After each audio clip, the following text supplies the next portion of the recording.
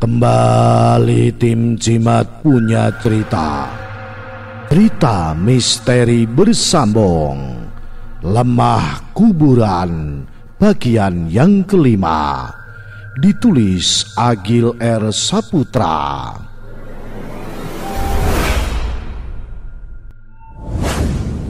Seusai pertemuan di balai desa itu, orang-orang dari kubu sang petahana langsung berkumpul di rumah Lurah Pawiro. Kang Wicak yang menjadi biang dari terjadinya forum itu tampak tertunduk. Ia merasa cukup takut. Wah, pasti Pak Lurah mau marah-marah dengan saya. Batinnya kala itu yang duduk di antara Kadus Mansur dan Kadus Barjo. Tenang wae, mengko tak iwangi ngomong, kata Pak Mansur yang melihat kegugupan Kang Wicak. Sampai akhirnya Pak Lurah pun keluar dengan baju santainya bersamaan dengan Bu Sundari yang terlihat membawa nampan dan teko yang berisi minuman. Tetep orang aku dekne, padahal aku mau bengi aku weruh Kismo sing nyebar-nyebar nek ngarep omah. Ucap Lurah Pawiro begitu duduk. Ia berujar bahwa semalam sempat mengintip dari jendela dan melihat Kang Kismo, preman kubu Juragan Wiryo, tengah menabur-naburkan sesuatu di halaman rumahnya. Semua tentu terperanjat mendengar itu. Selama ini dugaan mereka tidak salah kalau memang kubu Wiryolah yang telah melakukan ini.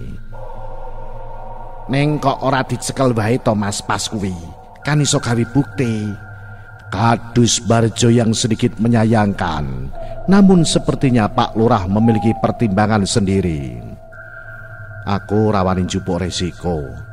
Kismo nyangklong pedang dawa banget. Aku yo ning omah mung karo bojoku tok. Samar nek dene itu minta apa-apa. Jawab Pak Lurah mengutarakan pertimbangannya. Tapi dek ini ra ngerti to nek sampean weruh, tanya Mbah Gotro kini. Boten Mbah, kadose boten ngerti kok. Pancen celeng kok yo. Aku ki mau isuk ning ngarep omah yo isih nemu lemah-lemah kuwi je. Ucap Mbah Gotro yang disambut oleh Kang Wicak yang kembali terpantik emosinya. Angge, pancen asu to Mbah niku. Ha semerep anak kula Mbah sampean. Saawak kok iso besem-besem kaya bar dipecuti nika. Jan sapas jane nek kula wau isuk nganti ajeng ngamuk. Nek umpama dene metu mawon pun tak papras ndase tenan. Jan pengecut rawani adu arep kok.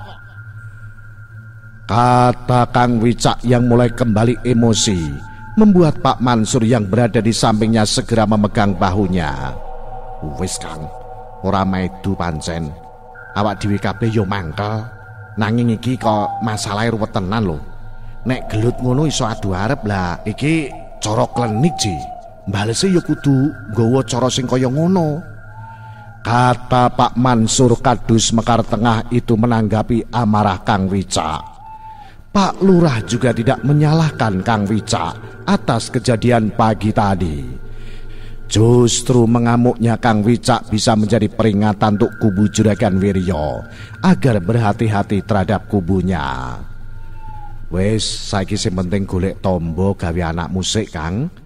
Kata Pak Lurah yang segera membuat Kang Wicak sedikit merasa lega. Hingga bersamaan dengan itu Mbok Tun yang sedari tadi mendengar pembicaraan itu dari balik pintu pun keluar dan berkata, Beto teng Mbah Sanah mawon Mas Wicak. Larenipun menawi kenging sawan demit bene boten kasep. Kata Mbok Tun menyela di tengah obrolan itu yang menyarankan agar anak-anak Kang Wicak dibawa saja ke rumah Mbah Sanah, dukun beranak dari kampung sebelah. Oh kono Kang, saiki wae nyoh, nggawa montorku wae. Tanggap Pak Lurah yang segera berdiri dan mengambil kunci mobilnya yang tergantung di gawang pintu. Kang, mumpung durung sore, kata Pak Tunggul menyarankan Kang Wicak untuk segera beranjak. Dan tak lama setelah itu Kang Wicak pun pulang membawa mobil Pak Lurah untuk menjemput anak dan istrinya. Selepas itu segera menuju ke tempat Mbah Sanah mencari kesembuhan untuk anaknya. Nyamari kae Wicak, nek ora diawasi sok geger geden lho, kata Kang Saleh beberapa saat setelah Kang Wicak meninggalkan rumah Pak Lurah. Kae cah kokot bisu Kismo karo Pak Rukun bae ampun kok mau esuk apa meneh Wirya mung wani intap-intip saka jero omah. Tanggap Pak Tunggul menceritakan kembali kejadian pagi tadi. Setelah itu mereka semua pun kembali berdiskusi untuk menghadapi Pilkades yang ternyata sudah tinggal 2 bulan lagi. Dimulai oleh Lurah Pawiro yang mengingatkan kepada mereka bahwa 2 hari lagi jabatannya sebagai kepala desa sudah akan selesai. Wis, saiki awak dhewe konsentrasi maneh. Wong rong dina sesuk aku wis purna jabatan. Wektu sing ana 2 sasi iki dimanfaatke tenan gawe golek swara, ucap Pak Lurah Pawiro.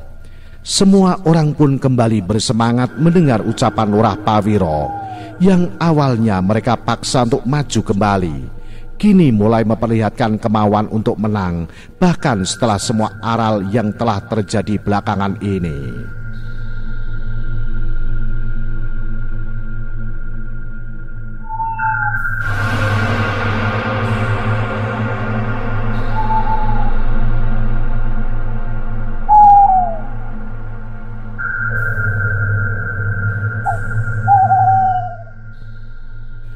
Singkat cerita, hari-hari pun berlalu.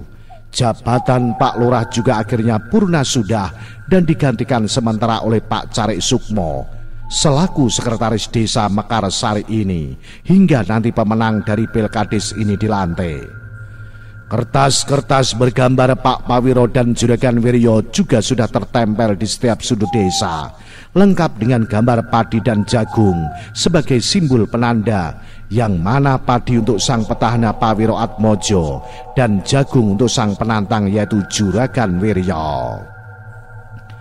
Dengan hanya adanya 2 calon ini saja tentu aroma-aroma persaingan begitu ketat terasa.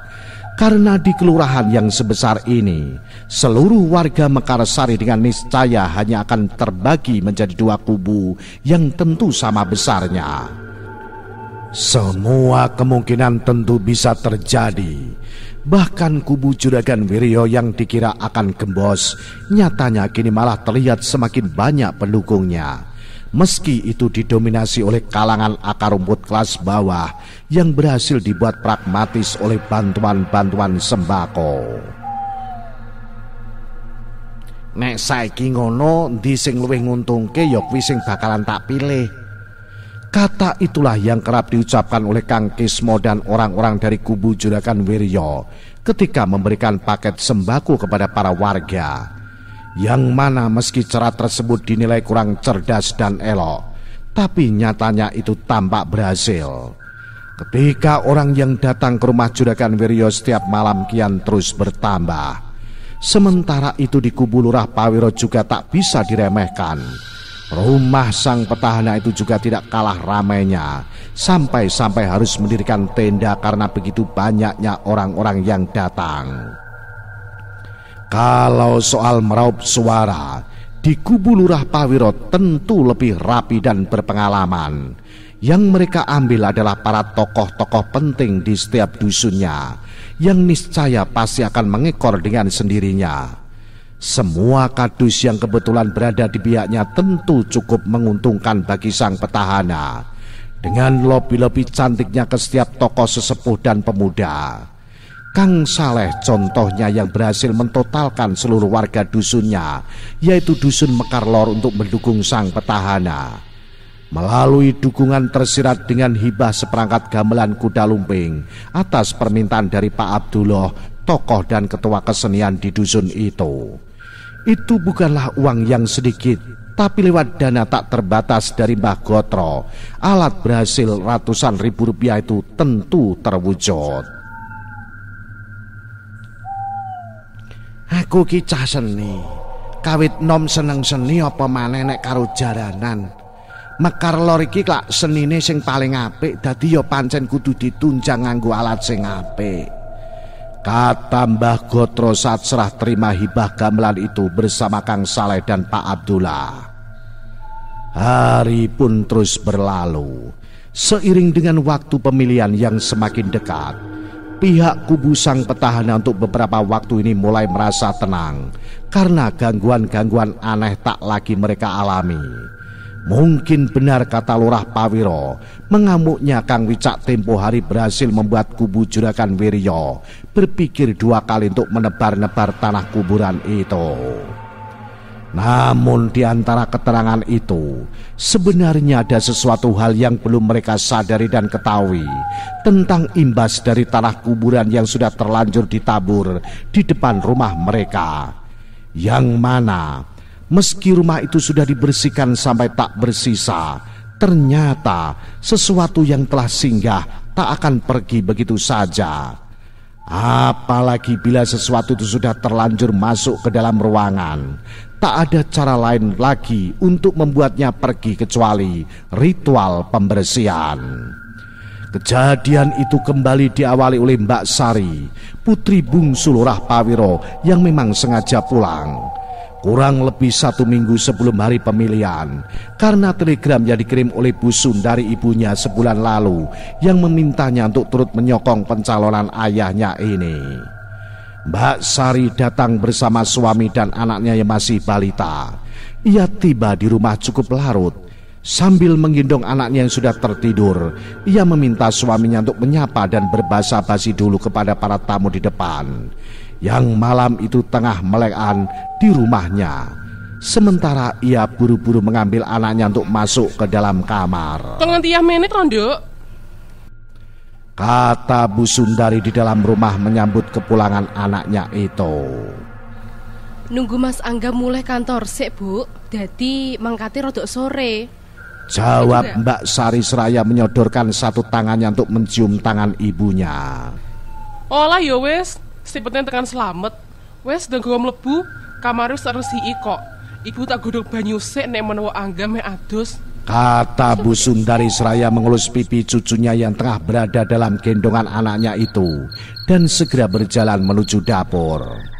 Mbak Sari pun masuk ke kamar dan langsung meletakkan anaknya di atas tempat tidur.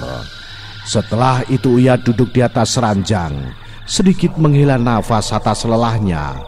Dan disinilah hal di luar nalar terjadi ketika tiba-tiba terdengar suara. Mbak Sari. Suara itu membisik memanggilnya dari bawah kolong ranjang yang tengah ia duduki itu. Ia yang spontan terperanjat dan melihat ke bawah pun langsung shock ketika ada sesosok kepala beserta tangan muncul dari kolong tempat tidur itu. Mbak Sari hanya terpaku. Ia tak mampu berlari ataupun berteriak, sampai akhirnya sosok yang terlihat seperti wanita itu pun kembali memanggilnya, seakan mencoba untuk meyakinkan Mbak Sari yang saat itu hanya berdiri ternganga melihatnya. Mbak Sari, kata sosok dari bawah kolong itu membisik lebih keras. Dengan kepalanya yang terlihat semakin keluar hingga menyingkap kain sprei yang menjuntai, dan terlihatlah dengan jelas kini rupa wajah sosok itu. Barulah di sini Mbak Sari berteriak sampai terhuyung dan jatuh ke lantai. Ia merayap mundur sambil terus memandangi sosok itu yang akhirnya perlahan mulai masuk kembali ke dalam kolong. Suaminya yang sempat mendengar teriakan itu bergegas menghampiri, disusul oleh Bu Sundari yang juga masuk ke dalam kamar. Terlihat Mbak Sari yang terduduk di lantai dengan jarinya yang masih menunjuk-nunjuk ke arah kolong tempat tidur. "Kenapa, Dik? Kenapa?" tanya Mas Angga, suami Mbak Sari. Ono setan, ono setan, kata Mbak Sari ketakutan sambil masih menunjuk ke arah kolong itu. Mas Angga yang segera memeriksa ke bawah tempat tidur itu pun nyatanya tak menemukan apa-apa.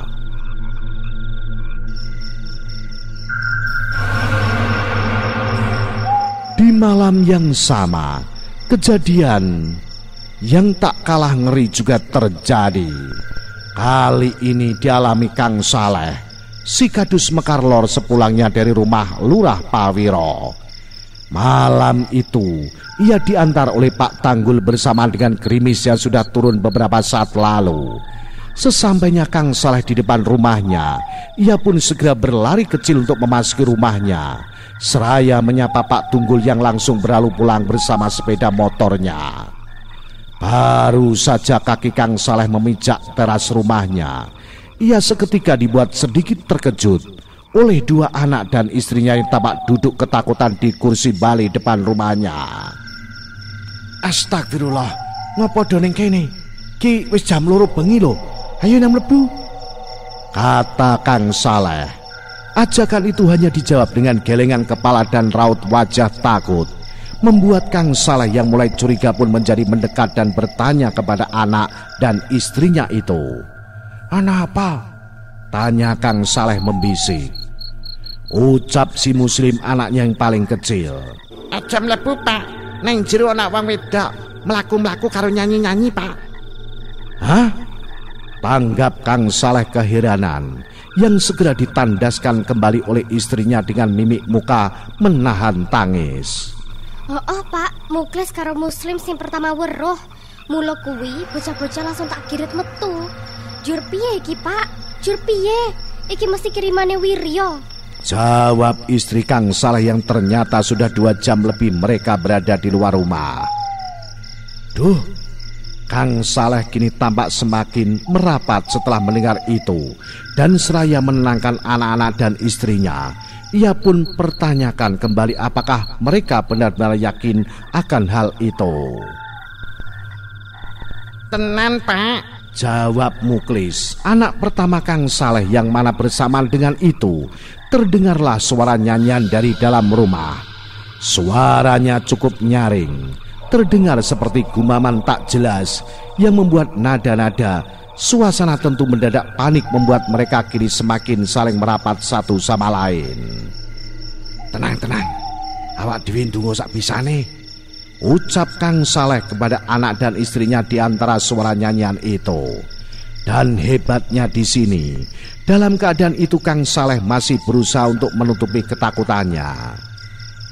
Lunga kowe, aja ganggu keluargaku, teriak Kang Saleh beberapa saat setelah itu dengan sedikit gagap seraya memeluk erat istri dan kedua anaknya. Tampaknya kata-kata darinya cukup bertuah. Itu terbukti ketika tiba-tiba saja nyanyian itu langsung berhenti tepat setelah Kang Saleh mengatakan itu. Suasana pun berubah hening dengan ketegangan yang terasa masih bertahan. Entah mengapa tiba-tiba Kang Saleh teringat dengan celurit yang biasa ia letakkan di bawah kolong bali, dan ia pun segera mengambilnya dan memberi isyarat kepada anak dan istrinya kalau dia akan mencoba masuk ke dalam rumah. Sik ya, ucap Kang Saleh membisik seraya menenteng erat celuritnya. Ia berjalan menuju pintu, dan 2 kali ini ia mengayun gagang pintu dan mendorongnya. Namun sepertinya pintu itu kini terkunci dari dalam. Ini tentu janggal karena tadi anak dan istrinya itu keluar dari pintu itu. Kok dikunci? Tanya Kang Saleh sambil menoleh ke arah istri dan anaknya yang masih berada di ujung teras.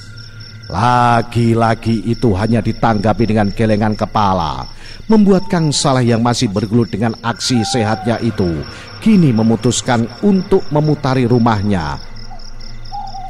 Ia berpikir untuk masuk melalui pintu belakang. Sik, tak lewat muri, bisik Kang Saleh langsung menuruni teras dan kini mulai berjalan mengendap melalui samping rumahnya. Kang Saleh pun mengendap pelan di jalan tanah samping rumahnya, dengan celurit di tangannya yang saat itu seperti memberinya sedikit keberanian. Bersamaan dengan itu, ada rasa sedikit panas di paha kanannya, yang mana setelah ia memeriksanya, hal itu pun segera Kang Saleh sadari bahwa itu berasal dari azimat pemberian Mbah Untung yang memang berada dalam saku celananya. Ia yang sempat berhenti pun kini kembali berjalan di jalan samping rumahnya yang cukup gelap itu, sampai akhirnya langkahnya terhenti oleh ekor matanya yang melihat temaram cahaya memancar tiba-tiba. Cahaya itu sepertinya berasal dari sesuatu yang berada di jendela kaca di sampingnya.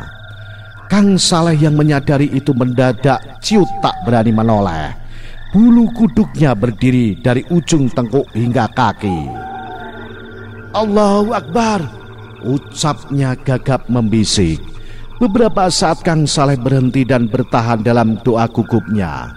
Namun lama-lama kejadian itu seakan membuatnya mau tak mau harus menoleh ke arah cahaya itu. Sampai akhirnya seraya mengeratkan genggaman celuritnya, Kang Saleh pun mulai menggeser lirik pandang matanya ke arah itu. Dan tampaklah kini pemandangan ganjil di penglihatannya. Sesosok wanita berdiri di balik jendela dalam rumahnya. Sosok itu berbaju putih dengan tubuhnya yang seakan mengeluarkan sinar terang. Astagfirullah, kata Kang Saleh yang langsung berpaling dan menunduk. Namun takut bukanlah pilihan yang tepat saat itu. Ia pun sedikit demi sedikit mulai kembali menata lidahnya untuk berdoa. Bersama cahaya itu yang semakin terang dan berubah memerah menyinari kakinya. Kang Saleh masih menunduk dalam doanya hingga tiba di saat suara panggilan dari anaknya yang akhirnya seperti menambah keberanian. Pak, iya Pak, panggil anaknya dari belakang. Dan mati gue, kata Kang Saleh yang seketika mendongak dan mengayunkan celuritnya ke arah jendela itu. Matanya sempat melihat sosok wanita itu melepaskan mulutnya sebelum ia hilang bersamaan dengan kaca jendela yang pecah. Kenapa Mak, Pak? Teriak Muklis anak pertamanya langsung berlari menghampiri. Terlihat Kang Saleh yang masih terengah menatap jendela. Hingga tak selang beberapa lama istri dan anaknya pun paling kecil menyusul ke belakang. Iya Pak, tanya sang istri dengan wajah panik. Namun segera dijawab oleh Kang Saleh dengan ajakannya untuk segera masuk ke dalam rumah. Ya mlebu wae, sundele wis lunga, kata Kang Saleh yang merasa tak akan ada yang bisa dijelaskan atas kejadian itu. Dan mereka pun kembali masuk ke dalam rumah, melewati pintu belakang. Sesampainya di dalam, Kang Saleh segera memeriksa pintu depan yang memang terkunci dari dalam. Wes saiki turu dadi siji sik ya, kata Kang Saleh kepada anak dan istrinya beberapa saat setelah ia memeriksa pintu depan. Tanpa pembicaraan panjang mereka semua segera masuk ke dalam kamar. Dengan Kang Saleh yang menggelar tikar di lantai, sementara istri dan kedua anaknya berada di atas ranjang. Malam itu mereka pun mencoba untuk beristirahat setelah lama, yaitu menerima semua keganjilan yang terjadi. Asu, batin Kang Saleh. Dalam rebahnya saat itu ia tak habis pikir dan sama sekali tak menyangka bahwa itu akan mulai lagi. Setelah Mbak Sari dan Kang Saleh, ternyata malam itu hal ganjil juga dialami oleh yang lainnya. Seakan memang sudah menjadi pertanda bahwa semua belum benar-benar berakhir. Kali ini hal itu terjadi kepada Pak Mansur. Kadus Mekar Tengah itu memang pulang dari tempat lain, yaitu Pawiro lebih awal. Tepatnya beberapa saat setelah kehebohan yang dialami oleh Mbak Sari anak bungsu sang petahana itu.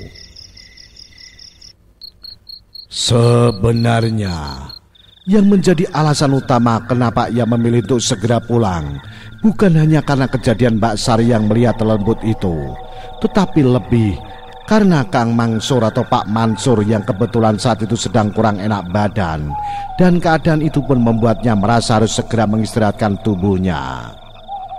Di rumah Pak Mansur terlihat Kadus Mekar Tengah itu yang baru saja masuk ke dalam rumahnya. Rasa pusing di kepalanya membuatnya segera beranjak ke kamarnya untuk beristirahat. Malam itu ia berada di rumah sendiri karena kebetulan istri dan anak-anaknya sedang menginap di rumah mertuanya karena oleh sebuah keperluan. Di kamar di atas ranjangnya Pak Mansur yang beberapa saat lalu baru saja meminum obat terlihat masih terjaga. Ia tampak memandangi langit-langit bersamaan dengan sedikit rasa pening yang masih bertahan di kepalanya. Pak Mansur terlihat resah memikirkan kejadian tadi di rumah Lurah Pawiro. Jangan-jangan Wiryo mulai lagi. Muga-muga wae ora. Singkatnya, menit demi menit pun berganti. Obat yang tadi ia minum mulai menimbulkan reaksi. Sakit kepalanya pun kini berkurang dan seperti khasiat obat pada umumnya, Pak Mansur pun mulai merasa kantuk hingga akhirnya tertidur. Entah berapa lama ia terlelap, yang jelas rasa ingin buang air kecil saat itu kembali membangunkannya dan memaksanya untuk pergi ke kamar mandi. Tubuh Pak Mansur bangun dengan penuh leluh, pertanda akan badannya yang kembali bugar. Angguknya sendiri setelah bangkit dari tempat tidurnya dan merasa bahwa tubuhnya sudah jauh lebih baik. Ia pun segera bergegas menuju kamar mandi. Dengan sedikit terburu ia menyambar senter baterai untuk penerang jalan. Karena letak kamar mandi Pak Mansur yang memang berada di luar terpisah dari bangunan rumahnya. Air kencing yang terasa sudah berada di ujung itu membuatnya tak berpikir macam-macam selain membuangnya. Dengan mempercepat langkahnya, Pak Mansur pun segera keluar dan berjalan masuk ke dalam kamar mandi di belakang rumahnya itu. Sampailah ketika hasrat itu selesai dikeluarkan, barulah seketika Pak Mansur mulai berpikir dengan rasa tenangnya. Dan entah karena terbawa suasana saja, yang jelas saat itu tiba-tiba tengkuknya bergidik, membuatnya segera bergegas dan berlari masuk. Pak Mansur tampak terburu menutup dan mengunci kembali pintunya itu. Ia pun bergegas berjalan untuk segera menuju kamarnya. Hawane kok rada aneh ya, batin Pak Mansur seraya melangkah sedikit cepat. Ia pun berjalan dengan sewajarnya hingga tibalah saat langkahnya seperak dibuat berhenti tepat di depan pintu kamarnya oleh sesosok yang tengah berdiri menantang di antara pintu menuju ruang tengah. Oleh sesosok yang tengah berdiri mematung di antara pintu menuju ruang tengah, yang mana seketika membuat nalar Pak Mansur saat itu bertabrakan. Bagaimana tidak, wujud dari sosok itu sangat menyerupai istrinya. Rambutnya, besar tubuhnya dan bahan pakaiannya sangat amat yakin Pak Mansur kenali sebagai istrinya. Tapi seperti apa yang kita ketahui, malam ini istrinya sedang tidak ada di rumah. Lantas siapakah itu? Pak Mansur yang awalnya sempat gugup dan bingung pun akhirnya sadar dan meyakini bahwa itu bukanlah istrinya. Ia pun segera berlari masuk ke dalam kamarnya serta membanting pintu. Setelah itu Pak Mansur pun langsung melompat ke atas ranjangnya, meringkuk dan menenggelamkan wajah takutnya di balik bantal. Ia pun segera berlari masuk ke dalam kamarnya seraya membanting pintu dan langsung melompat ke atas ranjangnya, meringkuk dan menenggelamkan wajah takutnya di balik bantal. Astagfirullah, astagfirullah, astagfirullah, kata Pak Mansur berulang-ulang. Namun nyatanya gangguan tak selesai di situ, karena keadaan malah semakin tak tergambarkan ketika selang beberapa saat kemudian tiba-tiba terdengar suara pintu kamar yang terbuka dengan sendirinya. Suara pintu terbuka perlahan menggiring Pak Mansur menuju puncak ketakutannya. Namun entah apa yang ia pikirkan saat itu ketika dengan segenap ketakutannya Pak Mansur malah lebih memilih untuk mengangkat kepalanya dan memeriksa apa yang ada di ambang pintu. Dengan gemetar Pak Mansur pun menyingkirkan bantalnya dan secara perlahan ia mulai memasang pandang matanya ke arah itu. Dan seperti yang sudah ia perkirakan sedari tadi, sosok wanita yang menyerupai istrinya itulah yang kini tampak berdiri mematung di ambang pintu kamarnya itu. Pak Mansur tidak bisa berkata-kata.